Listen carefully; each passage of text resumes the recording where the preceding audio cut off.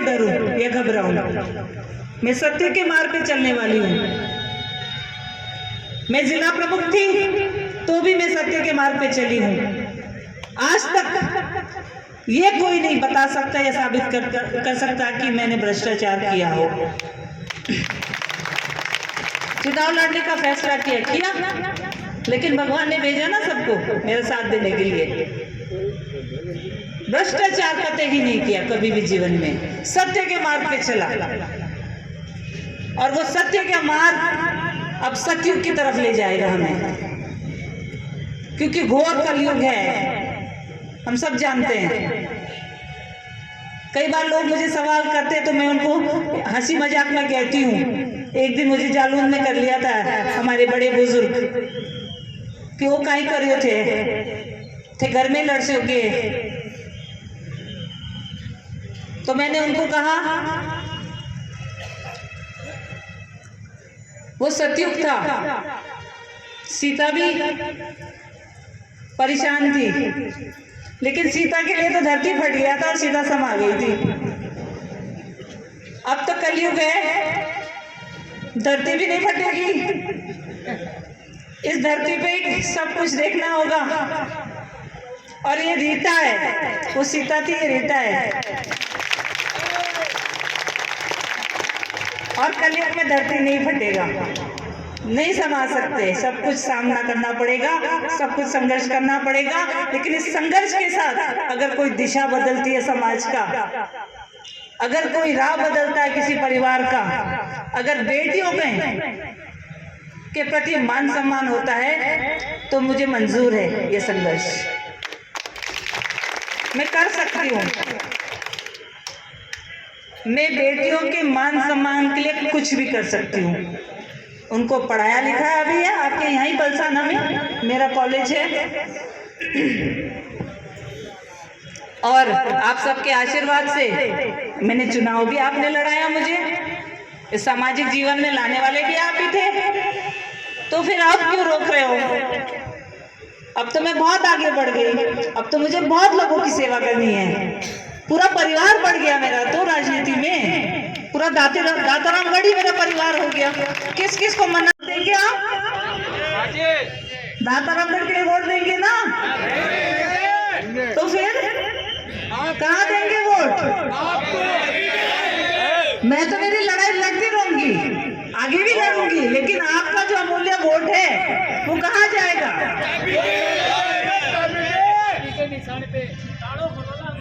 सोच समझ के वोट दिया करो जी, बहुत अमूल्य है ये वोट। और वो वोट 5 साल आपका भविष्य तय कर देता है। एक ही दिन में आपका भविष्य तय हो जाता है उस वोट से।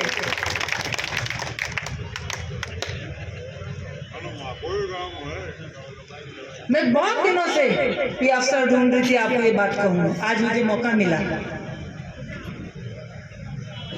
और मैं आगे भी जहां मुझे जरूरत होगी, जैसे मुझे जरूरत होगी, मैं बोलूंगी और मैं लड़ाई लड़ूंगी और ये संघर्ष करती रहूंगी। आप लोग के लिए करती रहूंगी, दातारामगढ़ के लिए करती रहूंगी, सीकर जिले के लिए करती रहूंगी, इस देश के लिए करती रहूंगी। हम आपके साथ रहेंगे। इस देश की बेटी हूं मैं।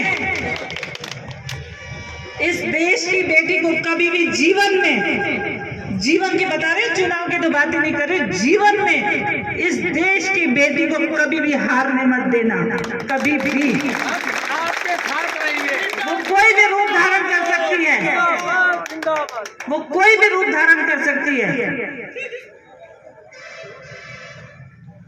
और हम तो समाज बढ़ाने की बात करते हैं, हम तो देश बढ़ाने की बात करते हैं, हम तो देश के निर्माण की बात करते हैं। सारी बातें हम कर लेते हैं। यहाँ बैठे बैठे हम राजनीति के बारे में दिन भर भी हम चर्चा करते रहते हैं, लेकिन एक बेटी की सुरक्षा, एक बेटी की रक्षा, उसके बारे में कौन सा समाज है या कौन से लोग हैं जो वो पहल करते हैं या चर्चा करते हैं? आज पूरे प्रदेश में आप बेटियों के हाल देख रहे हो, क्या हो रहा है। क्या इसलिए हम विकसित हुए हैं समाज में कि बेटियों के साथ ये हाल हो? पूरे प्रदेश में रोज आप अखबारों में पढ़ते हो। क्या मानसिकता है ये? क्या संस्कार है ये? यही देश को हम आगे बढ़ा रहे हैं। कहाँ मेरा जन्म, दार्जिलिंग, जहां हमें इतने इतने संस्कार दिए जाते हैं कि बस झुक के चलो, झुक के चलो, झुक के चलो, आदर के साथ चलो, सम्मान के साथ चलो। और कर्म ईश्वर ने कहाँ दिया? राजस्थान। और साथ कौन दे रहा है? हरि का जहां वास होता है, हरियाणा। ये ऊपर वाले की लीला है, ये सब ऊपर वाले की लीला है। कहाँ जन्म, कहाँ कर्म और साथ किसका? तो ये सब ऊपर वाले की लीला है। और इस लीला को मैं स्वीकार करती हूँ, क्योंकि ये मेरे जीवन में इस लीला ने एक दिशा दी है, एक राह दिखाया है। जब भगवान एक दरवाजा बंद करता है ना, तो दूसरा खोलता भी है। विश्वास रखो। अगर मैंने ये कदम उठाया है, हिम्मत से उठाया है, तो मैंने आप सबका मान सम्मान को बचाने के लिए उठाया, ना कि सिर्फ मेरा मान सम्मान। कहीं भी जा रही हूँ, कहीं भी जा रही हूँ, एक ही बात मुझे सुनने को मिलता है कि हम परेशान हो गए, हम परेशान हो गए, इनको हाथ जोड़ते हैं, माफ करो, इनको इस दाताराम रोड से, जो ये लोग इस दाताराम रोड को खराब कर दे, इनको हटाओ, इनको हटाओ। कैसे हटाओ? आप सब साथ दो, तब हटाएंगे। ऐसे लुक के डुब के सामने नहीं आ रहे हो, क्यों? सच्चाई की लड़ाई है, सामने आओ। क्या आप पीड़ित नहीं हो? क्या दाताराम रोड पीड़ित नहीं है? ये बताइए मुझे। सब पीड़ित है ना? फिर भी आप क्यों डर रहे हो? क्यों लुक रहे हो? क्यों छिप रहे हो? कौन डरा रहा है आप लोग को? मैं तो नहीं डरती। आप लोग को कौन डरा रहा है? दाताराम गढ़वासियों, क्यों डर रहे हो आप लोग? नमस्कार करने में भी आपको डर लग रहा है कि यही हमने दिया था आपको परिवार के तहत। इतनी बड़ी राजनीतिक विरासत है हमारी कि यही सिखाया था, यही हमने बताया था आपको।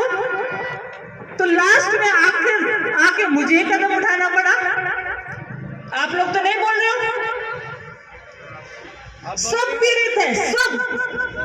अरे किसी को धमका रहे हो, किसी के पास पुलिस भेज रहे हो, किसी का VCR भरवा रहे हो, किसी को उठा के ले जा रहे हो, किसी के मतलब क्या क्या कर रहे हो आप लोग? क्यों?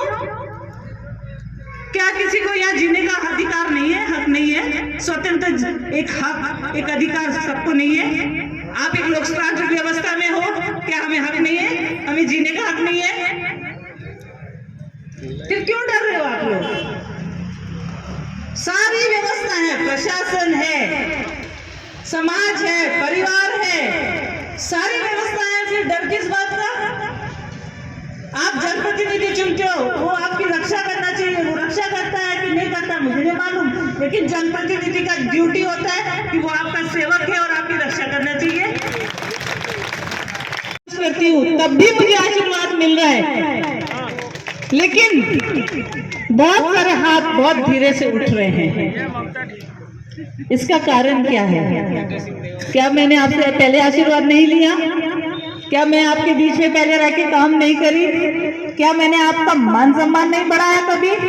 तो आज धीरे धीरे आपका आशीर्वाद का हाथ क्यों उठ रहा है? मैं आपसे यही कहना चाहती हूँ,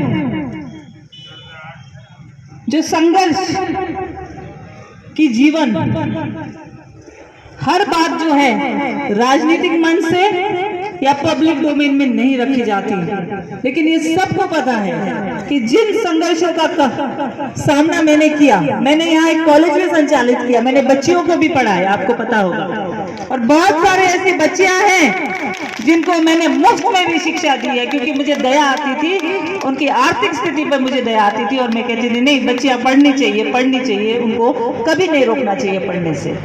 बहुत सारे संघर्ष और चुनौतियां मैंने सामने की, लेकिन जब ये सवाल आज मेरे सामने आता है तो मैं आपको इसी मंच से आज मैं कहना चाहूंगी,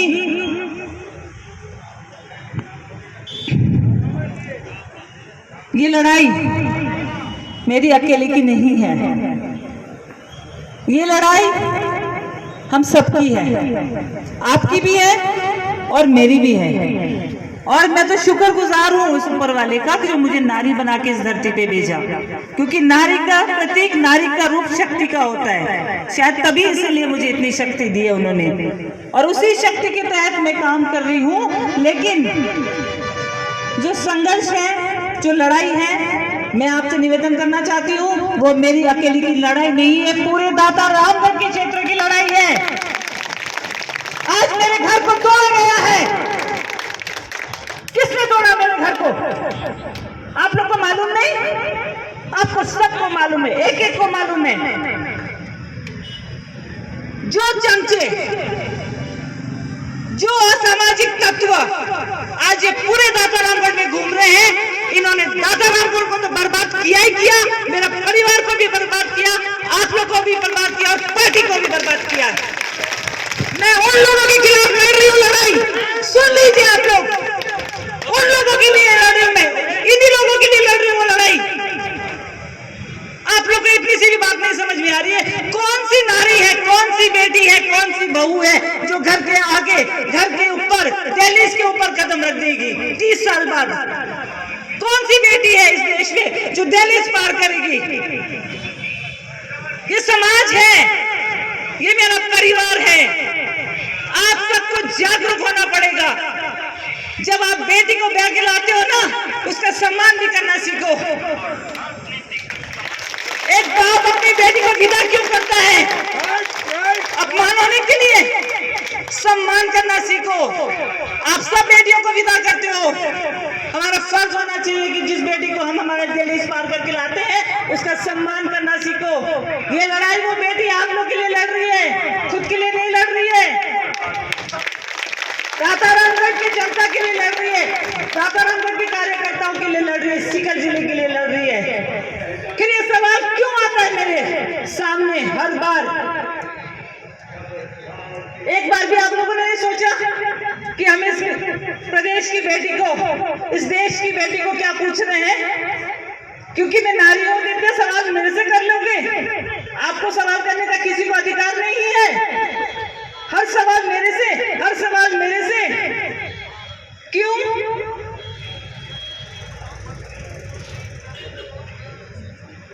आज मैं जवाब देती हूँ आपको।